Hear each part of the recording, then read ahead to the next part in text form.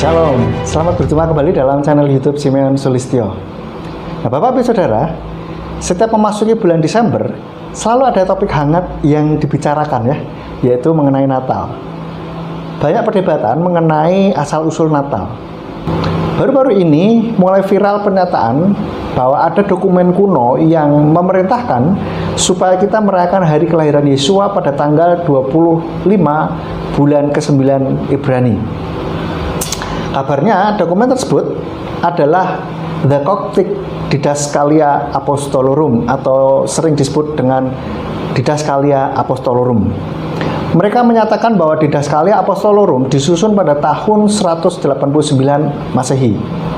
Bahkan mereka dengan jelas menyatakan bahwa dalam Didascalia Apostolorum itu, dalam pasal yang ke-18, ada pernyataan yang berbunyi, "Saudara-saudaraku, peliharalah perayaan kelahirannya," atau Natal ya, setiap tahun pada tanggal 25 bulan ke-9 Ibrani atau yang disebut dengan bulan Kislev, yaitu tanggal 29 bulan keempatnya Mesir ya, atau disebut dengan bulan Kiyah.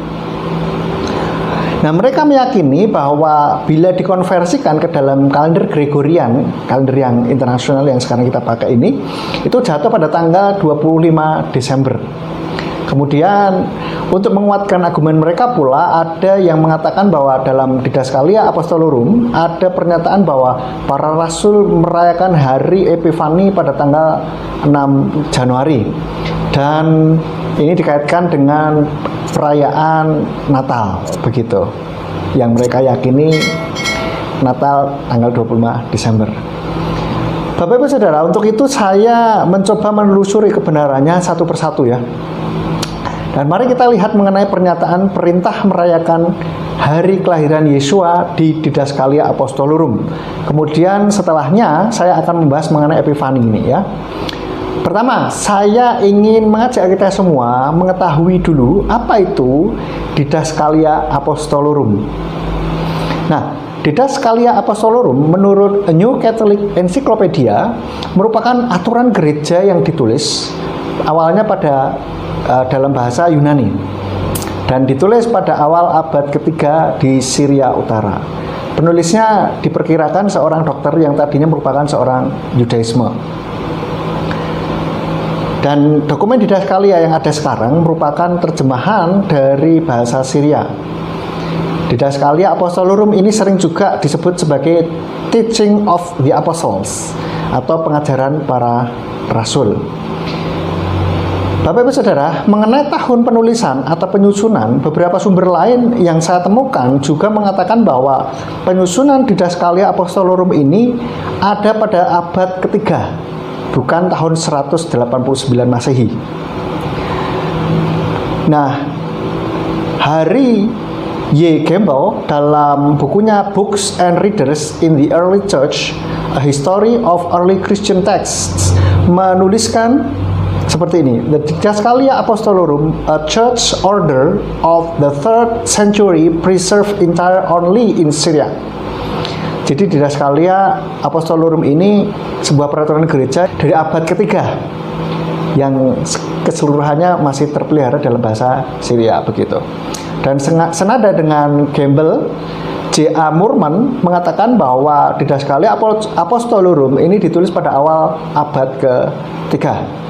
Moorman menuliskan ini ya, Didascalia, a work written in northern Syria during the earlier part of 3rd century. So, ini sumber yang lain mengatakan abad ketiga.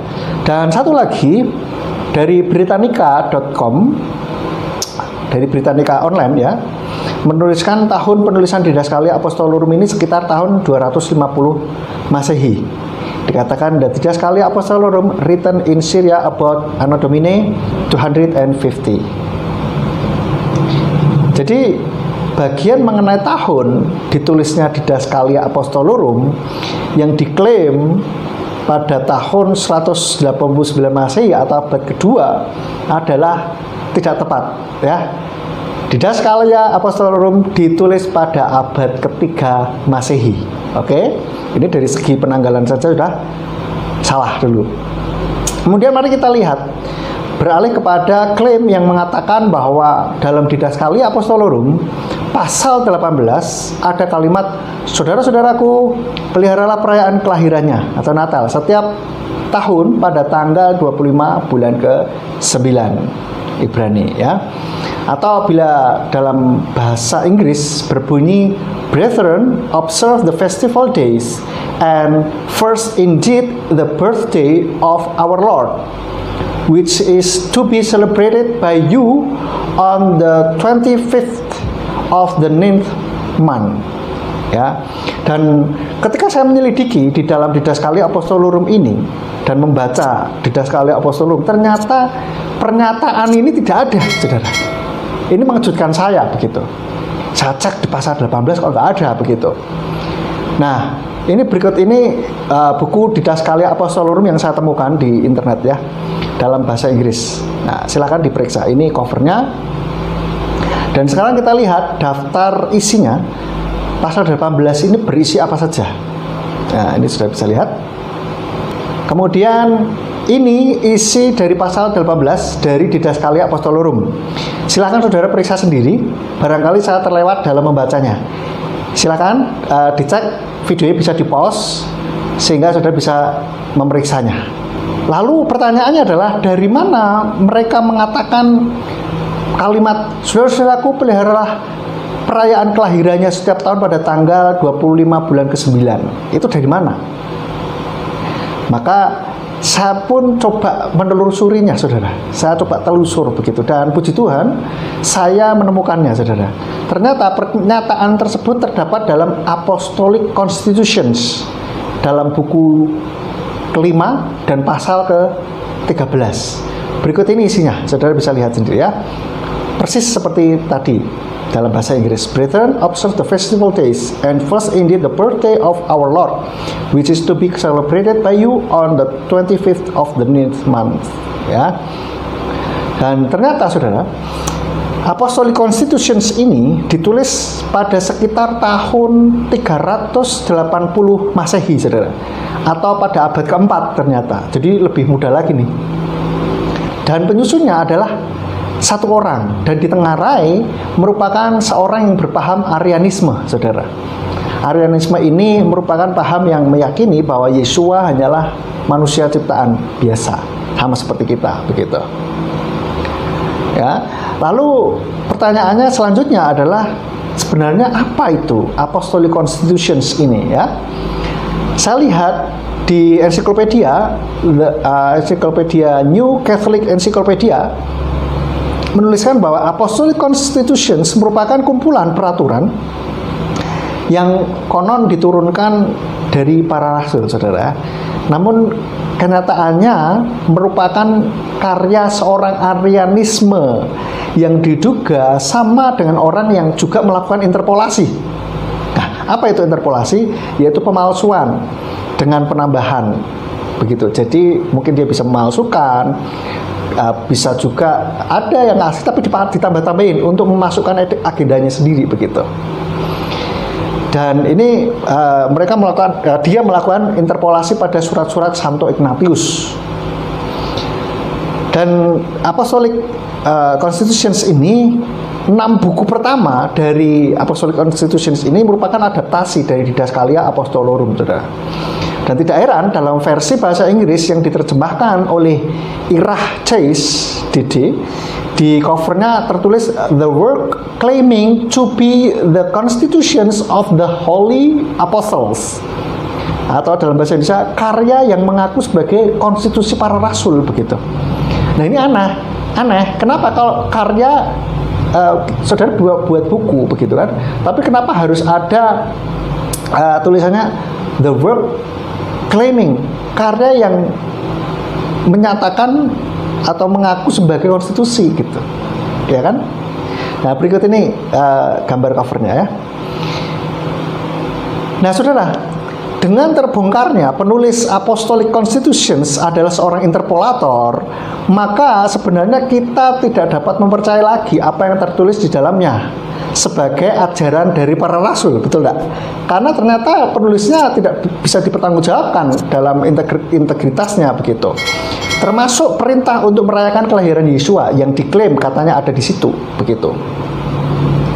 Tetapi mari kita kembali ya kepada kalimat yang diklaim sebagai perintah untuk merayakan kelahiran Yesua pada tanggal 25 bulan 9 Ibrani atau Kislev, yang dipakai oleh orang-orang yang mempercayai Yesua itu lahir pada tanggal 25 Desember. Saya perhatikan saudara, dasar mereka yang meyakini bahwa Yesua lahir pada tanggal 25 bulan ke-9 kalender Ibrani yaitu bulan Kislev itu sama dengan 25 Desember adalah yang pertama, mereka mengira itu merupakan perintah para rasul. Karena mereka pikir Apostolic Constitutions ini langsung diturunkan oleh para rasul begitu. Ya, karena mereka kira dalam buku Didaskalia Apostolorum awalnya ya. Setelah kita selidiki kan ternyata ada di dalam Apostolic Constitutions. Lalu yang kedua, mereka mengkonversikan kalender Ibrani ke kalender Gregorian dengan memakai website ini, saudara. Dan mengenai alasan yang pertama, saudara, sudah saya jelaskan di atas bahwa ternyata semuanya itu tidak benar, saudara. Dan sebagai tambahan ya untuk komentar alasan nomor pertama itu tadi, apabila kita membaca Alkitab, saudara ya, kita perhatikan tidak ada tradisi orang Yahudi yang merayakan hari kelahiran, saudara. Yang dicatat dalam Alkitab yang merayakan hari kelahiran atau ulang tahun adalah cuma 2 orang yang saya temukan di dalam Alkitab. Dan itu bukan orang Yahudi. Yang pertama Fir'aun. Kita bisa lihat di dalam Kejadian 40 ayat 20. Dan yang kedua adalah Raja Herodes. Di dalam Matius 14 ayatnya yang ke-6. Dan sebaliknya, justru orang Yahudi ini lebih mementingkan hari kematian daripada hari kelahiran. Saudara bisa baca di dalam Pengkhotbah 7 ayatnya yang ke-1. Oleh karena itulah Tuhan tidak pernah memerintahkan untuk merayakan hari kelahiran Yesua. Tetapi hari kelahiran Yesua memang bertepatan dengan hari raya, yaitu hari raya Tabernakel atau Sukkot. Ini sebagai penggenapan bahwa dia berdiam di tengah-tengah umatnya. Sudah bisa baca di dalam Yohanes atau Yohanan pasal yang ke-1 ayat yang ke-14. Oke, sekarang mari kita lihat atau kita cek alasan yang kedua. Dari buku Apostolic Constitution di atas, kalau kita perhatikan ada tanda bintang, saudara, yang menyebutkan bahwa bulan ke-9 itu sama dengan bulan Desember. Ya, saya tunjukkan gambarnya nih. Dan kemudian mereka mencari melalui website di atas ya. Dan kalau kita ketikkan di website tersebut tahun 3757 di bagian fetch Hebrew calendar ya, seperti ini. Dan kalau kita masukkan memang menurut website tersebut 25 Kislev tahun 3757 adalah sama dengan tanggal 25 Desember tahun 5 sebelum Masehi, saudara. Ya. Namun jika kita perhatikan, saudara, kalau kita scroll ke bawah, di bagian bawah ada keterangan bahwa itu saat perayaan Feast of Dedication atau Hanukkah. Jadi bagaimana? Apakah Yesua lahir saat Hanukkah? Nah, mari kita lihat dulu nih ya. Lihat di website yang sama, saudara. Di website itu kita klik di bagian atas yang ada tulisannya kalender akurasi di atas nih. Kemudian kita scroll ke bawah hingga ke bagian Jewish National Observances. Dan kita baca di bagian Feast of Dedication, saudara. Di kalimat terakhir yang ada dalam tanda kurung itu tertulis bahwa Yesua mulai dikandung Miriam pada saat perayaan Hanukkah. Ini ya. Jadi bagaimana mungkin di website yang sama yang mereka jadikan acuan bahwa tanggal 25 Kislev itu adalah sama dengan 25 Desember gitu ya. Dan mereka klaim itu adalah hari kelahiran Yesua, tapi di website yang sama mengatakan bahwa itu bukan hari kelahiran Yesua. Tapi itu adalah hari di mana Yesua mulai dikandung, conception ya, mulai konsepsi. Itu bukan hari kelahiran, tapi mulai dikandungnya begitu, saudara. Jadi bila kehamilan normal itu selama 9 bulan dan 10 hari dan menggunakan kalender ini, saudara, maka pada tanggal 15 Tisri tahun 3758 atau 6 Oktober tahun 4 sebelum Masehi, Yesua lahir. Tepat pada hari raya Tabernakel atau Sukot. Nah, website yang mereka gunakan sendiri loh, saudara. Kita juga perhatikan, saudara, ini menarik. Saudara lihat bahwa tanggal 25 Kislev itu tidak selalu jatuh pada tanggal 25 Desember karena adanya perbedaan jumlah hari antara kalender Ibrani dengan kalender Gregorian. Saudara bisa lihat gambar ini bahwa tahun berikutnya Feast of Dedication, coba saudara lihat Feast Dedication tanggal 25 Kislev tahun 3758 itu jatuhnya pada tanggal 14 Desember tahun 4 sebelum Masehi. Jadi kalau tahun sebelumnya memang pas 25 Kislev sama dengan 25 Desember, tetapi tahun berikutnya itu tidak jatuh sama dengan 25 Desember, tetapi 14 Desember. Dan nanti tahun berikutnya itu akan lebih beda lagi, saudara. Tidak jatuh tanggal 14 Desember lagi atau 25 Desember lagi, tidak. Itu selalu berubah, saudara. Ya, maju mundur begitu. Karena ada perbedaan hari. Kemudian bagaimana dengan pernyataan bahwa dalam Didaskalia Apostolorum tercatat para rasul merayakan hari Epifani? Pernyataan itu memang ada di dalam Didaskalia Apostolorum pasal 3, bagian commandment from the writing of the Apostles pada poin yang ke-6. Saudara bisa lihat ini ya, saya tunjukkan. Nah, lalu apa itu Epifani? Mungkin ada yang belum begitu memahami Epifani. Epifani ini berasal dari bahasa Yunani yaitu Epifania, yang berarti manifestasi atau perwujudan, saudara. Dan menurut Encyclopedia of Holidays, Festivals, Solemn Observances, and Spiritual Commemorations, Epifani merupakan perayaan di mana orang Majus datang kepada bayi Yesua. Hari raya ini juga merayakan hari di mana Yesua dibaptis. Dan mujizat pertama yang Yesua lakukan di Kana yaitu mengubah air menjadi air anggur. Jadi, saudara, Epifani bukanlah hari kelahiran Yesua seperti yang dikira oleh sebagian orang. Meskipun sebagian gereja menjadikannya dalam rangkaian memperingati kelahirannya yang mereka yakini tanggal 25 Desember itu, saudara. Ya, karena berdekatannya kira-kira selisih 12 hari. Dan Epifani juga disebut dengan istilah lain yaitu Teofani, saudara. Dan Gereja Ortodoks Timur merayakan hari pembaptisan Yesua pada tanggal 6 Januari dan menyebutnya sebagai hari perayaan Teofani, saudara. Dan perayaan pada tanggal 6 Januari ini pertama kali disebutkan oleh Clement dari Alexandria sekitar tahun 215 Masehi sebagai peringatan pembaptisan Yesua, bukan hari kelahiran Yesua. Jadi baik Epifani maupun Teofani ini tidak ada kaitannya dengan kelahiran Yesua, saudara ya. Dan dengan demikian menggunakan dokumen Didaskalia Apostolorum maupun Apostolic Constitutions sebagai dasar argumen untuk mempertahankan perayaan kelahiran Yesua tanggal 25 Desember adalah tidak mengena sama sekali dengan topik atau salah, tidak berdasar, saudara.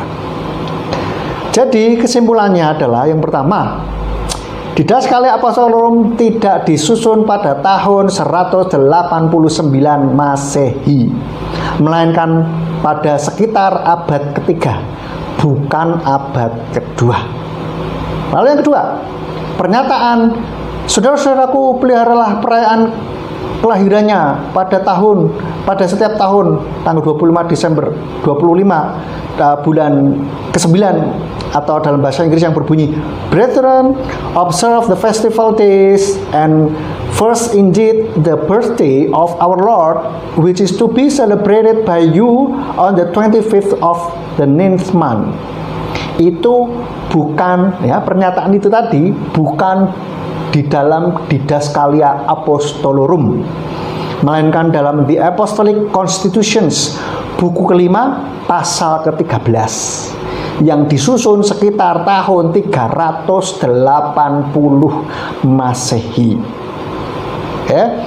Lalu yang ketiga, tanggal 25 Kislev tidak selalu jatuh pada tanggal 25 Desember.